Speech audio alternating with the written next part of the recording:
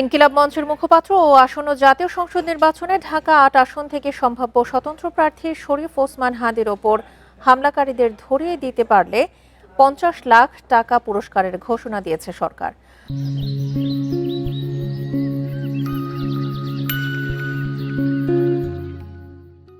দুপুরে সচিবালয়ে আইনশৃঙ্খলা সংক্রান্ত কোর কমিটির জরুরি সভা শেষে সংবাদ সম্মেলনে স্বরাষ্ট্র উপদেষ্টা অবসরপ্রাপ্ত লেফটেন্যান্ট জেনারেল মোহাম্মদ জাহাঙ্গীর আলম চৌধুরী একথা জানান।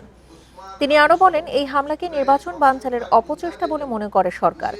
ওসমান হাদির ওপর হামলার ঘটনা তদন্তে সরকার সর্বোচ্চ অগ্রাধিকার দিচ্ছে উল্লেখ করে দ্রুতই জড়িতদের গ্রেপ্তার করা হবে বলে জানান স্বরাষ্ট্র উপদেষ্টা। জুলাই যোদ্ধাদের নিরাপত্তা জোরদারের কথাও জানান তিনি। এদিকে লুট হওয়া অস্ত্র উদ্ধারে অপারেশন ডেভিল হান্টের দ্বিতীয় ধাপ অবিলম্বে শুরুর কথাও জানান তিনি। এছাড়া নির্বাচনে যারা অংশ নেবেন তারা চাইলে সরকার ব্যক্তিগত অস্ত্রের লাইসেন্স দেবে, সেই সাথে আগ্নেয়াস্ত্র জমা দেয়া থাকলে তা ফেরত দেওয়ার সুযোগও দেবে সরকার।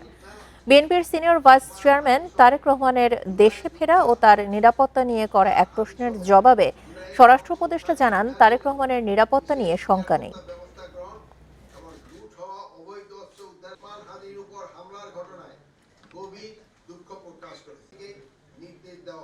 ওসমান হাদির গুলিবিদ্ধর সাথে যারা জড়িত তাদের ধরে দিতে পারলে ৫০ লক্ষ টাকা জড়িত। আপনারা সবাই ওসমান হাদির জন্য দোয়া করবেন। উনি ক্রিটিক্যাল কন্ডিশন অবস্থায় আছে। আমাদের সবার দোয়ায় আল্লাহ দিলে উনি আবার আমাদের মাঝে ফিরে আসতে পারবে।